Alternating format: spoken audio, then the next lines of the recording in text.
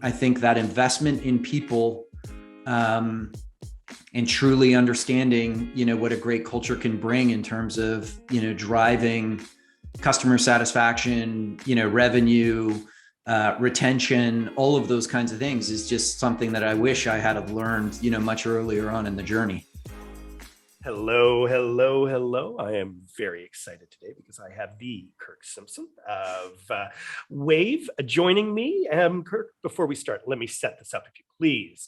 Kirk Simpson is the co-founder and CEO of Toronto-based Wave. He's a serial entrepreneur, having started multiple businesses prior. Kirk has led Wave to become an internationally disruptive fintech company, building a team of more than 200 people, but before being acquired for 537 big smackers. Kirk is an advisor for the CDL at Rotman, an active angel investor, and has been a mentor for the next 36. He believes in paying it forward and loves to empower up and coming entrepreneurs. Kirk, thanks so much for joining us today. Thrilled to be here. Thanks for having me. Fantastic, fantastic. So I've just got to open it up now. We haven't met before, short of I followed you on social media, but I had, the Alex Norman, who is, I've heard has the pulse of Toronto and Ontario in terms of business. And I asked him, who's one person that you would recommend? And he, without hesitation, said, Kirk. Why would he suggest you, do you think, right off the bat? Well, it might be because he's trying to get me to be an LP in his fund. And so he's throwing me some, nice comments. I'm not sure, but I have a high degree of respect for Alex and what he's done in this community. And so it's high praise as far as I'm concerned. Fantastic, fantastic. And I actually got to meet Alex for the first time at a Tech Vancouver or a Tech Together event. And it was great. It was fantastic. And one of the other speakers was actually Kim Kaplan, who was on our show earlier. And if you don't know Kim, follow her because she is incredible with her knowledge and what she's doing in the dating scene. Well, you know what? Let's start from the basics, right from the zeros and ones, the zero. Tell me the creation story of Wave, please. Yeah, and I'll make it relatively brief, but James Lockery and I started the business in 2009. We got serious about it in 2010. I think, quite frankly, both of us were, really jonesing to do something in the entrepreneurial space. We didn't know what it was going to be. And of all things, we settled on small business accounting. I think that, from my perspective, I had been, as you referenced before, an entrepreneur a couple times over. Had it not been my sister being a chartered accountant, I might have been in a lot more trouble with the CRA. I knew how much small business owners like me hate everything to do with this stuff. And so I sort of gravitated towards that. And my partner, James Lockery, had been the CTO of a small business tax prep company, had been in the living room, with hundreds of small business owners, getting them ready for tax, and had seen the disaster state of most of their, accounting, bookkeeping records. And so we looked at the space. It was heavily influenced by what Mint was doing at the time in personal finance. For those of us who are old enough to remember, Mint was a pioneer in a lot of the things that are driving fintech today. And so Toronto company too, right? I'm sorry? I believe they're a Toronto company as well, aren't they? No, they were out of the US. Were they? Oh, we thought they were Canadian. No, bought by Intuit in 2011 or 12, I think. But really a pioneer in, getting people to accept something that we take for granted today as an example, which is putting in your credentials to your online bank account through a third party to bring in all of your transactions. That was a brand new concept, and they had done it amazingly well. And so, we were heavily influenced by that and just thought there was something interesting in this space that spoke to us, and off we went. Fantastic. Well, you over during the journey, you raised a significant amount of money. Can you tell me how many rounds did it, was there an A round, a B round, a seed round? Is it the typical journey, or was it, we funded it ourselves and moved on? Can you tell me a little bit about the history of the raising? Yeah, and I think this really speaks to just how much the ecosystem in Canada has changed, because in 2009, 2010, and even in 11, 12, 13, 14, the landscape was so dramatically different to what you experience today. And so the short answer is, I wish it was, a big seed round followed by a big A round, followed by a big B round, and the usual trajectory. But the reality of it was, James funded the first money to bootstrap this, couple $100,000. We then raised that, friends, round of a couple $100,000 to sort of allow us to keep going. We then needed to raise a seed round, and that was months and months of pitching to terrible angel groups here in Toronto, to non-sophisticated, anybody who would take our pitch. And we slapped together from that sort of $500,000 or $600,000. And then thankfully we timed it, impeccably well to be the first investment from Omer's Ventures, where they put $500,000 in to sort of round out that seed round. And then the A was, pretty smooth. The B was pretty smooth. And then it kind of went off the rails from there. We had a B plus and a C plus and a C prime. And it was a hodgepodge of letters and numbers, and trying to, bring in the necessary capital at the right times, at, valuations that were at least going up. Mm-hmm. Well, I mean, the interesting thing is, especially around 2009, 2010, we had the financial crisis to begin with, but at the end of the day, it would be probably more challenging to do the traditional route at that time. I mean, now it's easier to do it in Canada, thank goodness, because of, because of all the great LPs who are willing to take a risk, or a lot more of an angel network because of all the exits that have happened. But because you're dealing with the CRA and you're dealing with Canadian, I guess that typical avenue of going down to the States probably wasn't as attractive. Well, actually our A round was led by CRV out of the Valley. Our B round was led by Social Capital. And so I would love for the story to have been that there was, challenges with the CRA. And that's why, we had the B plus and the C prime and all that kind of stuff. The bottom line is we just didn't execute well enough to, show enough momentum. And the market was very different in terms of, valuations and the amount of capital and these kinds of things. So, I think we got to look in the mirror on why that happened, not blame it on anything else. Unfortunately, I would love to, but it really was on whether or not we were exexecuting at a high level or not. And this is why we have, this little talk show is based on, hey, let's learn from those who've gone down the journey. And so with Wave, do you focus on, is it solely in Canada, or is it international, or what's the reach here? Yeah, we were always global. We've actually, despite having hundreds and hundreds of thousands of users in non-North American markets, we actually last year really prioritize the North American markets, just because what we're trying to do is put a small business bank account in the middle of all of our software. We think this is just a potential game changer for small businesses in order to, speed up access to their funds, make it easier, ensure that they're not spending any of their time on bookkeeping and being ready for tax. We think it's a really amazing opportunity, and we wanted to prioritize. So our biggest market has always been in the US. It continues to be so. And in fact, we've really doubled down on the North American market, with the US being, our biggest driver. Oh, fantastic. Well, one thing that really impressed me as well is that Wave and yourself, and we're gonna tie this together, have won many awards, including, and this is very impressive, Canada's most admired CEO, and ranked in very high for the great place to work in Canada. And that says a lot about your company culture. So how do you create such a great work environment that people want to, be part of that journey?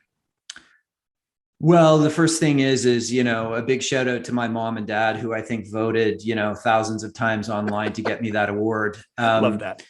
But, I think our journey, and one of the things that I'm most grateful for is, we had a lot of ups and downs, and I talked about this in regards to fundraising. And we learned a lot along the way. And I think, in 2014, 2015, we knew that the company culture that we had created had some positives, but really, we were sort of the prototypical startup of, started by two white guys, surrounded ourselves with, people who, thought and looked like us. And just the overall culture, I think, needed a lot of improvement. And whether it be from a diversity standpoint in terms of how people look and think, whether it be, investing in leadership and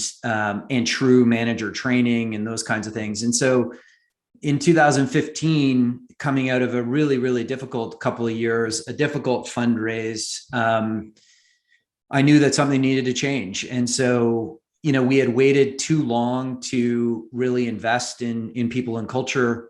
A woman named Ashira joined the team, and her and I really sort of tapped into what we wanted to become and started to live it a little bit more authentically.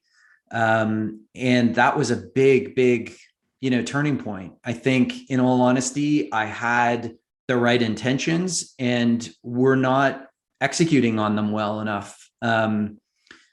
The other thing is, just an incredible group of people, came into Wave, rolled up their sleeves. And I'm a big believer that the culture of the company, there is way too much credit or blame given to, the founders, CEOs. Mm-hmm. The culture is created by the entire team. I mean, obviously it's set from the top. I don't want to minimize that, but me getting credit for what was created is completely wrong. It was a bunch of great people coming in with similar values, and the decisions that are made by that group every single day, really create the culture. And so I think, just 14, 15, we just got a lot better at it. And, whether or not it's our Glassdoor reviews or my own personal reviews on Glassdoor and everything surrounded by it just changed. And mm-hmm. I think that investment in people, and truly understanding, what a great culture can bring in terms of, driving customer satisfaction, revenue, retention, all of those kinds of things is just something that I wish I had have learned, much earlier on in the journey. Well, I love that. I love that answer because, we need to, you build the bus, but you got to get the people on the bus with you, right? And, for sure. Everyone going in the same direction, but every once in a while you want to let other people drive the bus too, so you can have a nap.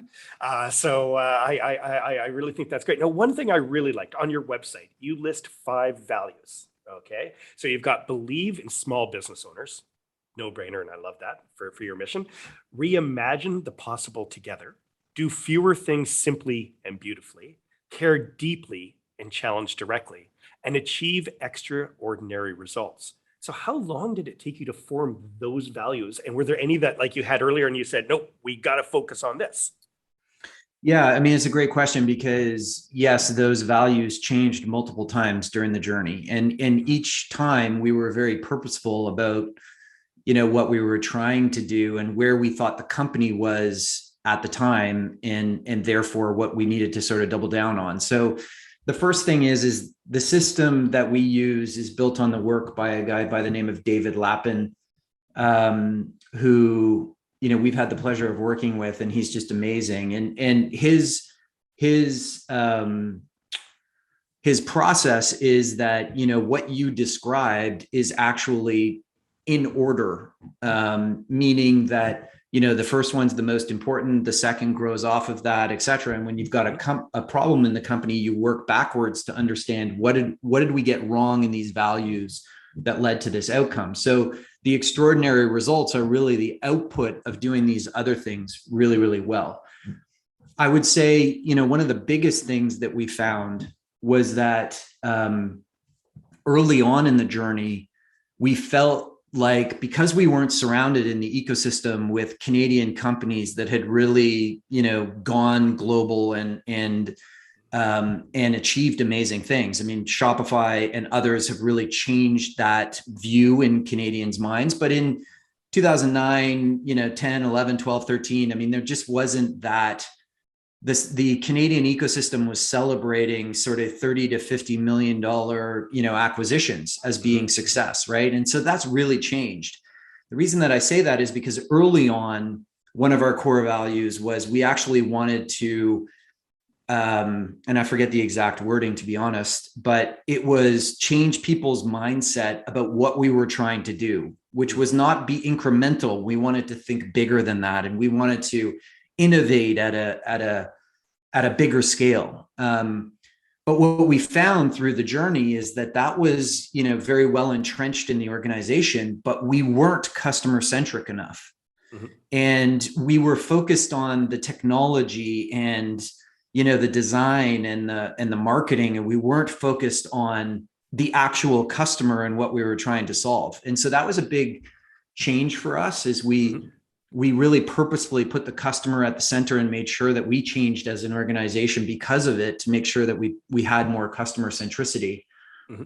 When you look at other things on that list, again, they're all very specific around a time and place. We historically within the company have tried to do too much. And, I'm very guilty of that. I'm a shiny object syndrome type CEO. And so I think that, one of the reasons why over the last couple of years we've pushed on this do fewer things simply and beautifully is because we need the company, top down, starting to think more about how we do fewer things, but those things are done to an extreme level where our customers, will love it.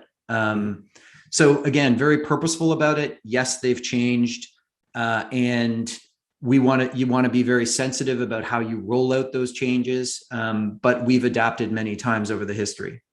Now, when you come up with those values, who drives that? Like, do you have just certain stakeholders within the company, and or the marketing to exec to director level? What really drives that? I think it starts with, a conversation at the exec team around where are we and what are we seeing on the ground, et cetera. We then have always brought in a much, broader group within the company to help us, think about it and think about, once we get the core concepts of where we want to be and where we think there's gaps. I mean, just the language that you use, the specific words you use in the matter. And so that's where we've typically, leveraged a much wider swath of the organization to make sure that it's, well understood, well articulated. Are there words in there that are triggering some people to think of them, very differently than others? But we've always been very purposeful about, really using the entire organization to help us ensure that they set the right tone and will be used on a day-to-day basis to make decisions. Well, I mean, I ask because I first off, I love them. I really do. But I also know, a lot of people think, oh, it's just skin level marketing. And it is so far from that for those people who've been in the journey. Like, we have our executive getaways just to focus on that. That's like a day of just starting the conversation, because people have to understand that all of a sudden drives the decision for every department. Like, from sales, we have a totally different vision of how we do sales after we figure that out. Also from HR, maybe there's people that don't want to be part of this mission anymore, or shouldn't be part of this mission after you define it. So I just really liked your core five and how it really sung to your mission.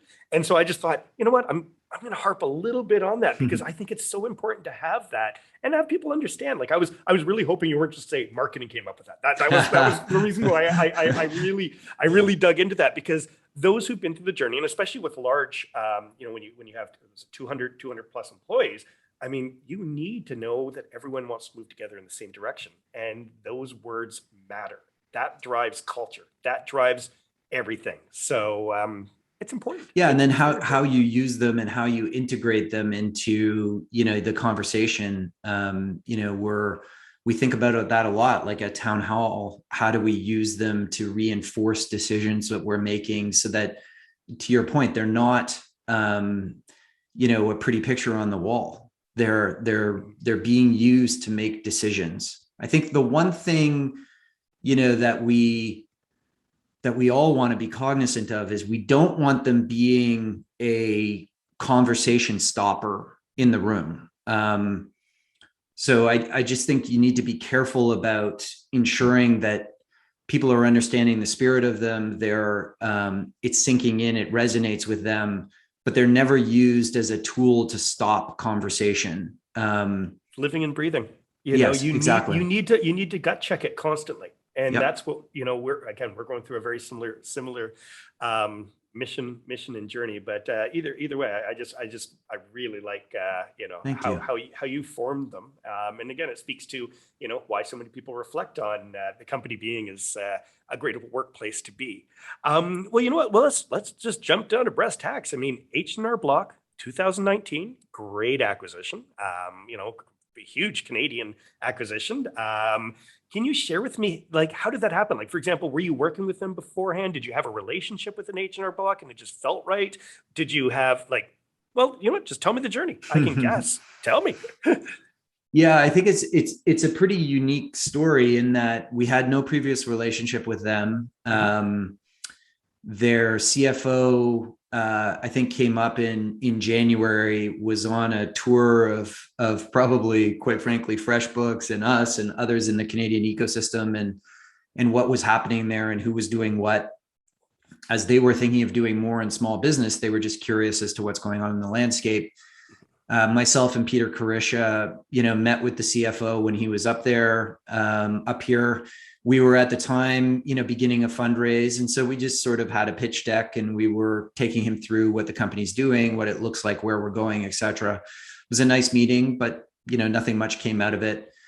He reached out to me in, I think, late February and said, Jeff Jones, the new CEO of H&R Block, who is an amazing person, like an incredible pedigree, chief marketing officer at Target, then became the first president at Uber.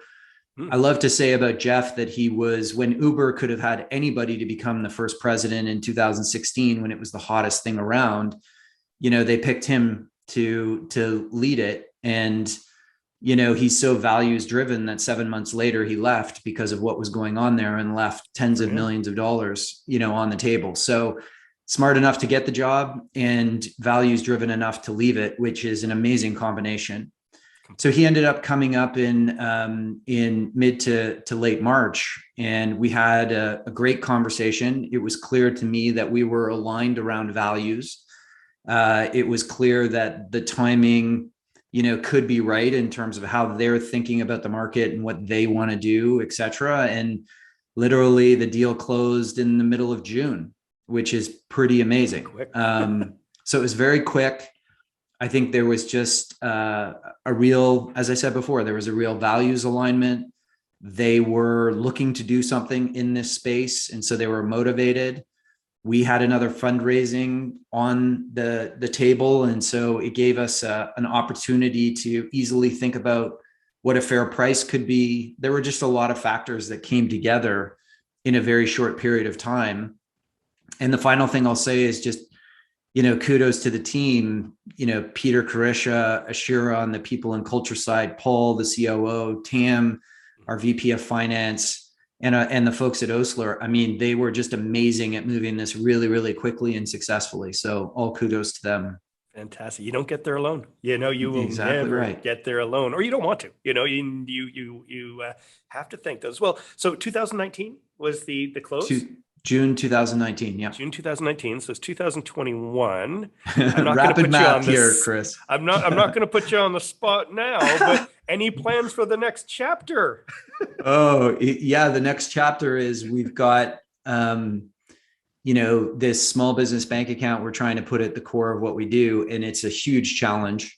And no one's really cracked it in the marketplace to bring this much software and surround, a small business bank account. And we made that change from a strategy perspective last summer. And so everybody, in the team is fully committed. We didn't need to make this big a strategy change. It just speaks to, the folks at Wave and their desire to continue to innovate and drive. And, that mission is nowhere near complete. There's a lot more we need to do. And we're just pushing ahead to try and make that happen because it's a really exciting space with a lot of potential. Fantastic. So even after the acquisition, problems need to be solved, and it's exciting to do it. It's in your soul and heart. That's the what you're going to go with. maybe I painted that a little bit for you, making it sound like it's a well-rehearsed answer, which it's not. No, I think I think you're absolutely right in how you describe it, that it is, without the sarcasm. I'm just kidding. But I would add one other thing, which is that the way, a company like Block does these acquisitions, really changes the way entrepreneurs and founding teams and exec teams think about staying. Block has completely and utterly left us alone to do, our own thing. They allowed us to make a huge strategic change to the company in terms of our focus areas and priorities. My relationship with Jeff couldn't be better. And so, the fact that they've left us to run this thing, drive it, do it all out of Toronto, is a key contributor to us wanting to continue to push. Otherwise, that ship would have sailed a long time ago. Sure. Oh, that's why. And congratulations, by the way, because thank you. It's an honor to go through the journey and to feel that there's still problems to be solving, and there's lots to be done. And I bet you have a whole bunch of different tools in your quiver at this point to solve those problems. So that's awesome. Well, you know what? I want to go a little bit back in history here because we're talking about accounting. And fun topic. If you ask, no, I mean, it's an important topic. I mean, you know what? Would you important, but not necessarily fun. Yeah, but you know what? Think about all the value you create, because instead of me having to focus on that and take my eyes off the prize, I know that it's being taken care of. And, I can focus on what I need to do as a startup or as a business or any of those things. Incredibly important, 100%. But let's go back, because the .com years, the fun years, I was part of the .com explosions of fun and chaos. So you left university a little bit early, it sounds like. To found Adventure Lifestyle. Can you tell me about that .com? Pardon me. Can you tell me about that decision? Yeah. So I think the first thing is I had left university before that to go traveling, and then came back, got a waitering job, moved out to Vancouver, your neck of the woods, for a while, and loved every second of it. And then felt the pull more from a outside pressure perspective to go back to university. So I came back and went to Guelph. And through that period, the internet was exploding. Myself and a friend, a guy by the name of Ben Ware, started adventurelifestyle.com. At the beginning, we were essentially a search directory for adventure providers around North America. And where you could get reviews on, I want to go whitewater rafting here, who provides it, all that kind of stuff.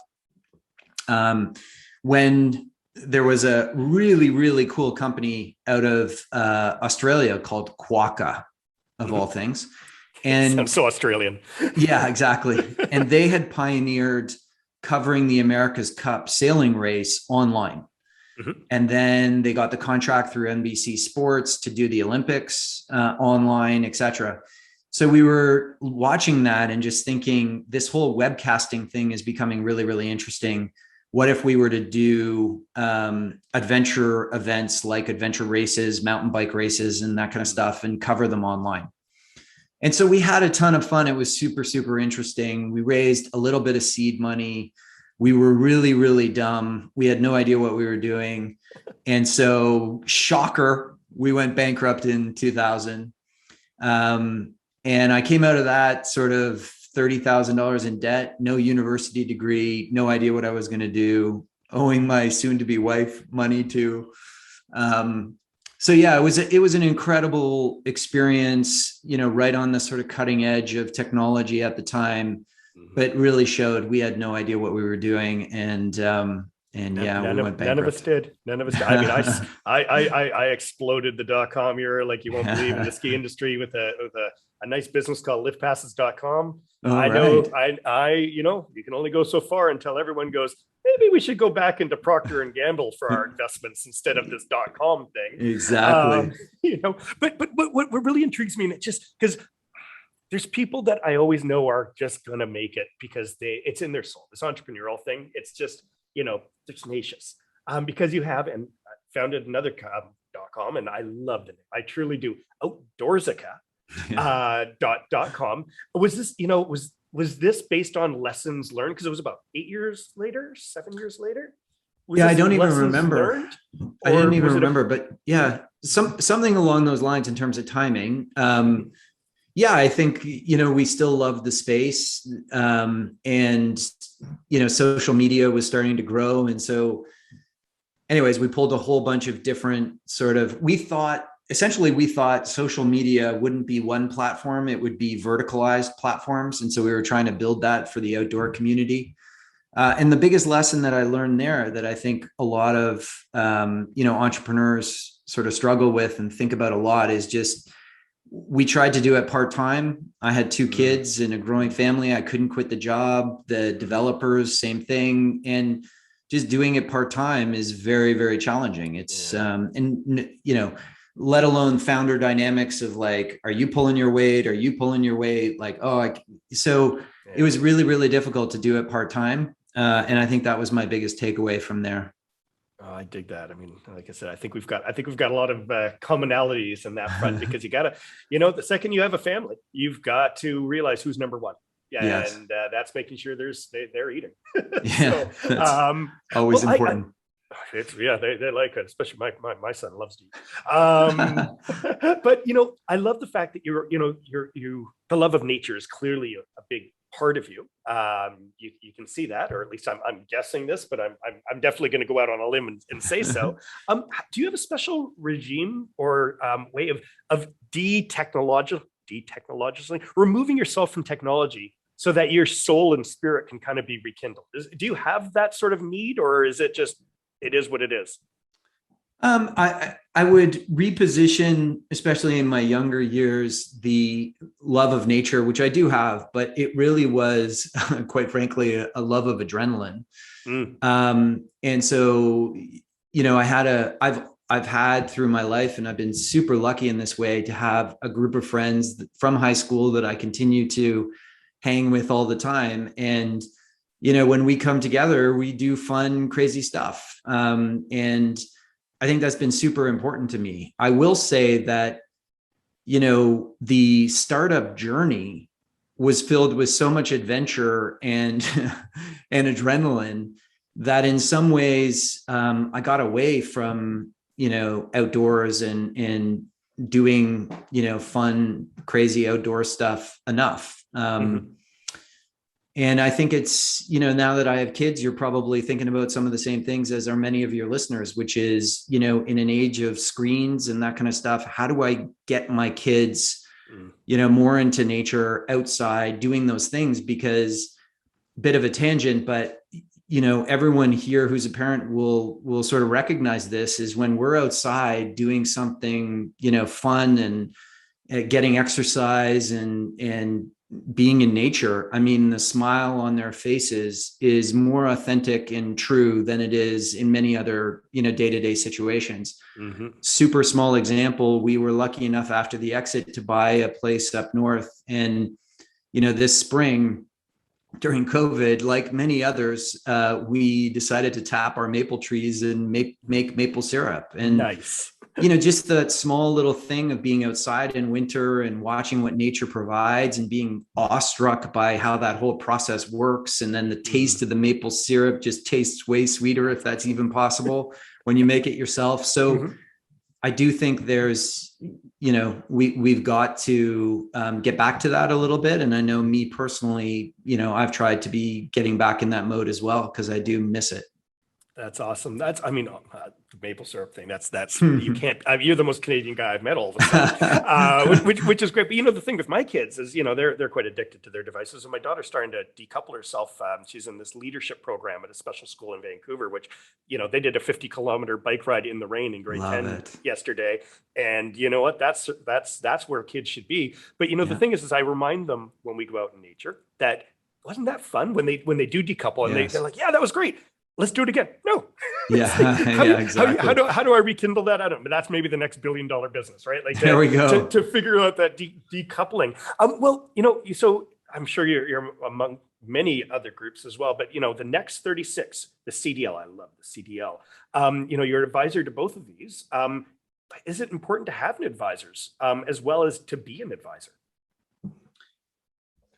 So, I mean, paying it forward and paying it back is like incredibly important to me. I mean, this ecosystem has grown so much, and is really because a whole bunch of people are, really open to spending time, and trying to pass across as many lessons as possible. And some of them you need to learn on your own, but if you can even, skew 10% to potentially a better path, that's like super helpful. So I think paying it back is really, really important. I do think all of these organizations are really important. I do get a little bit concerned that, first of all, we've romanticized being an entrepreneur, likely too much. The reality is that it's a really hard life. It is incredibly demanding, and you can have to sacrifice a lot of other things to make it happen. And, if I look back on it, of course, we've had a great outcome. So it's like, of course it was worth it. And I feel incredibly fortunate and lucky. And a lot of it is luck, by the way. It could have gone the other way many, many, many times. Mm-hmm. And so I do get a little bit concerned about, just the overall atmosphere of everybody should go down this road, and that the amount of accelerators, et cetera, can sort of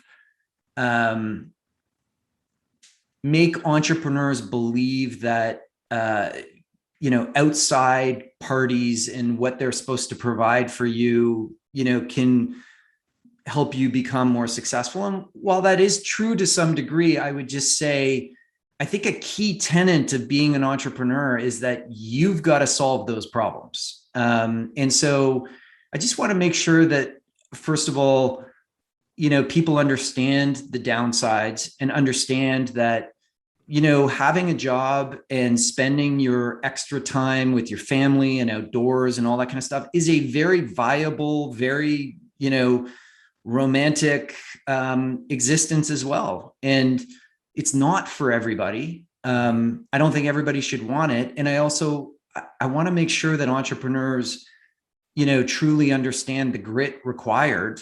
And right now, I think we live in a world that's a little bit skewed. It's so much ups and downs. Like one day we're taking on the world. We just made a huge deal. The next day that deal just fell through, For sure. People don't understand that. And they just see the upside. And I mean, what is that? 1%, if that, not even 1%, I mean, it's 0.01%. And I've kind of described it to folks as, when things weren't going well at Wave, and yet I had a great family and all those kinds of things. I mean, the sky was less blue and the trees were less green. And I don't know, like, that's not necessarily healthy. And so I don't want the romantic notion of it to take over versus it is for some people. Some people really want that. I don't ever want to, talk those folks out of doing it. But I just think the culture has gone probably a little bit too far to romanticize, the whole notion and put too much of the success in the founders' hands. It's really about the team. No, I agree. I mean, people just see the dollar signs, right, and they're not there, And, yeah, usually. And the one thing, because I do a lot of the mentorship thing too, and the one thing that I do is I am brutally honest. I call it the wet blanket mode, where they ask me a question, I'm like, well, I'm going to be truthful. I think it's an awful idea. I mean, tell me, you're not thinking holistically, or, the reason why I think mentors are good is because it allows you to look outside of your own box. Mm-hmm. But if you as a mentor aren't ready to be brutally honest, with the full knowledge that, hey, you're just as wrong as they might be, no, it's a crapshoot, as you said. But if you're not brutally honest, you shouldn't be a mentor. And I think that's what I like about the CDL so much as one of my personal choices, because it's romanticized a little bit, but boy, is that a boot camp. Like, that isn't, hey, we're going to hug and kiss. That's no, you're out. Like, you're off the jungle. And you know what? You might be successful, but it's not going to be through our network. But at the same time, we've started that network. So at least you have some people that you can talk to, be it for angels, for mentors, or and all that. But it's a very non-Canadian body, I think, and very uniquely so. I mean, how engaged are you with the CDL?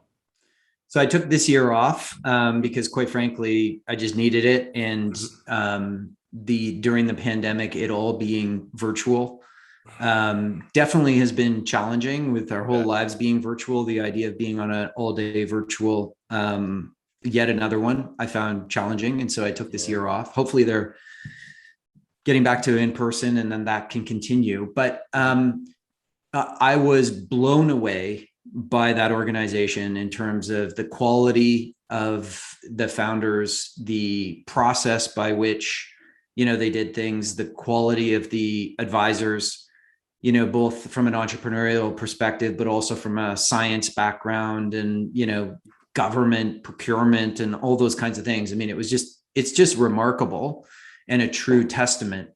The one thing I do get concerned about a little bit in there is I think the non-obvious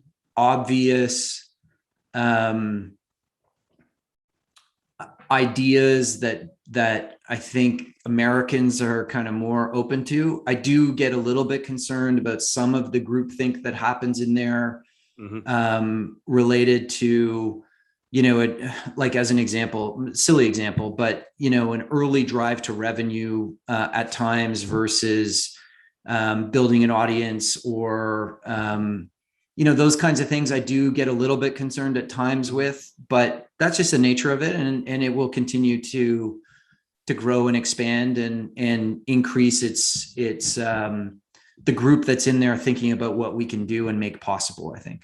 Sure. But I mean, and I totally agree. I mean, I've heard lots of, the positives and the negatives, but I just can't believe they were able to get like the university eggheads all together, which is kind of anti-business, but all the MBA programs. So now you're getting these people to network, to learn. You got the government, procurement. You touched on that one really well. And, these very, I'll say gifted and, people who have some capital to exercise. So it's a good path for them. I mean, how do you get everyone aligned in such a way?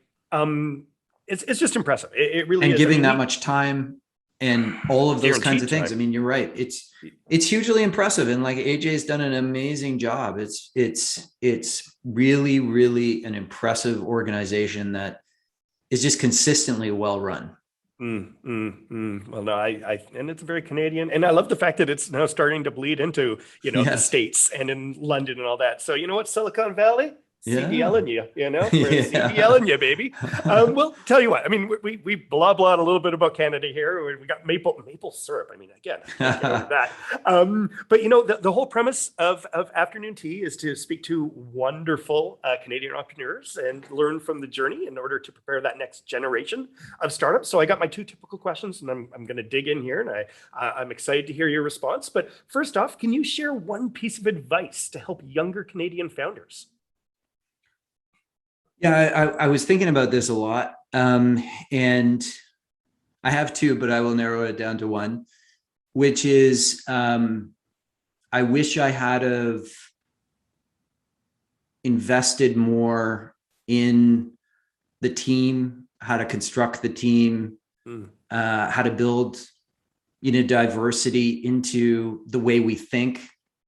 I wish I had, valued more the importance of manager and leadership training rather than just take somebody and promote them and assume that everything's going to go well, which is what we did for many years. I just think that there's a lot of focus in the early days on product. And so there should be in technology and go to market and those kinds of things. And I think we likely come too late to just overall team construction, values, making hard decisions about folks, as early as possible, training folks on what leadership really looks like, coaching, all of those kinds of things. I've seen the benefit of them, and I've seen the positive ROI that it had on the business, and I was just way late to that party. I don't think there's any time too early to, in a tech business that is all people, to just focus on that as much as you're focusing on the product and the technology and the go-to-market. That is a great idea and a great lesson. That's for sure. Well, I really love that. So, thank you for sharing. What was number 2 then? I'm going to put you on the spot. You said number 2. Trusting your intuition. Perfect. And I think in a data obsessed world, we're sort of losing that skill. And I think most entrepreneurs, I'm generalizing here, like they think about the problem every single moment of every single day, and are generally triangulating all sorts of data points all day long. Mm-hmm. And I think that leaves you with an instinct that not as many people in as many situations are trusting. Fantastic. See, I knew that 2 was going to be good too. So that's why I had to ask and put you on the spot there. So thank you for that. Well, you know what? Again, just go with it. What is a Canadian entrepreneurial star or founder that you might either look up to or see them as kind of an up and riser right now? Well, so here I'm not going to ask permission. I'm going to give you a couple of things, if that's all right. So please. I recognize that everybody in Canada talks about Toby. Easy one. Easy one. But let me tell you why, and then put it into context with some of the others that I'll mention. The thing about Toby that will, go down in history is just he changed the landscape. He changed what the entire ecosystem thought was possible to do here. And, I think everybody should mention him because at the end of the day, like, having lived in the ecosystem like you have since 2009, 2010, I mean, it's just a sea change. And I would say they're responsible for so much of that. The second is Dax at Lightspeed. And again, let me give you a reason why. What probably, most people aren't aware of looking at the stock price now and the valuation is that wasn't always obvious that Lightspeed was a breakout company. And in fact, I forget the year, but let's call it 17 or 18 or something along those lines. Excel sold out their position in Lightspeed. And if you know Excel, they really like making huge returns, and they don't sell out of positions that they believe are going to be, long-term winners. Mm-hmm. And so it goes to show that it was, a good tech business, but not growing fast enough to be a breakout. Clearly, they did some things internally to make things better. They went public, and the execution since going public has been remarkable.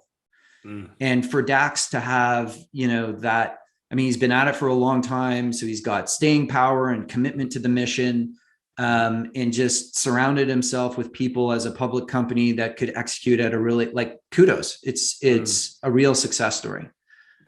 Full and then disclosure, I own both of those. Oh, good. Well, your portfolio is doing well. Yeah, I'm happy with it. Yeah. So one person who I believe doesn't get enough credit is David Assaf.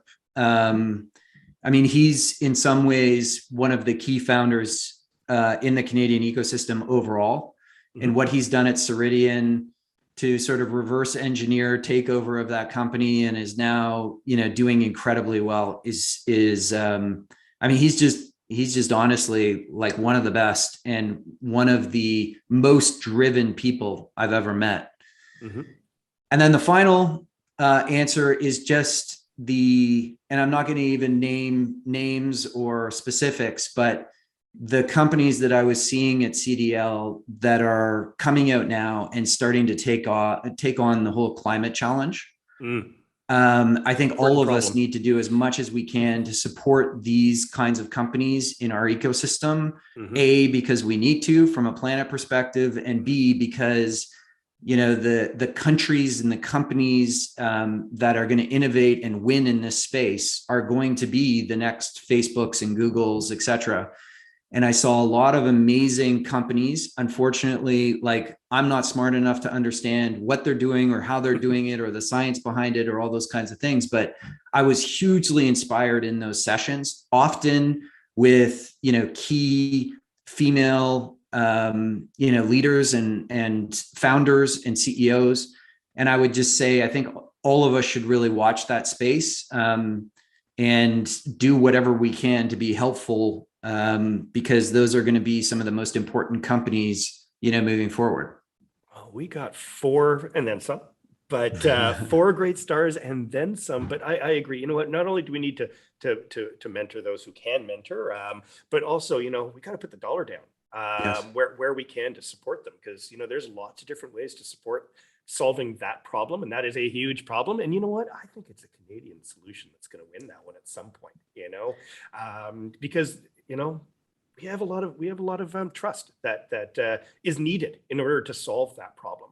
So if we do it with honesty and it's not a dollar first thing, though the dollars will come from it. It's like focusing on that product market fit. For sure. And we've been, as a country for hundreds of years, been incredible at, dealing with natural resources. Let's take that expertise and move it into this area that is all about protecting those natural resources. And I think, to your point, like, Canada is incredibly well positioned. We all believe in the science. There's not a huge argument going on, other than in pockets, about whether or not it's real, not real, et cetera. So in our mind, we're all in the same place. Let's go fund and mentor and nurture and ensure that our universities are set up to be, nurturing in this area, and let's go win here. Fantastic. Let's win. We're already winning, but we need to win that one. So exactly right. Kirk, thanks so much for joining us today. And you know what? Again, congratulations for the journey, for Wave, for making a difference in hundreds of people's lives. So much so that they want to get on that bus with you and drive down the 401. But thanks for sharing. And Alex, thank you for making the suggestion, because this was so much fun and so enlightening, I must say. I appreciate it. Thanks for having me. Fantastic.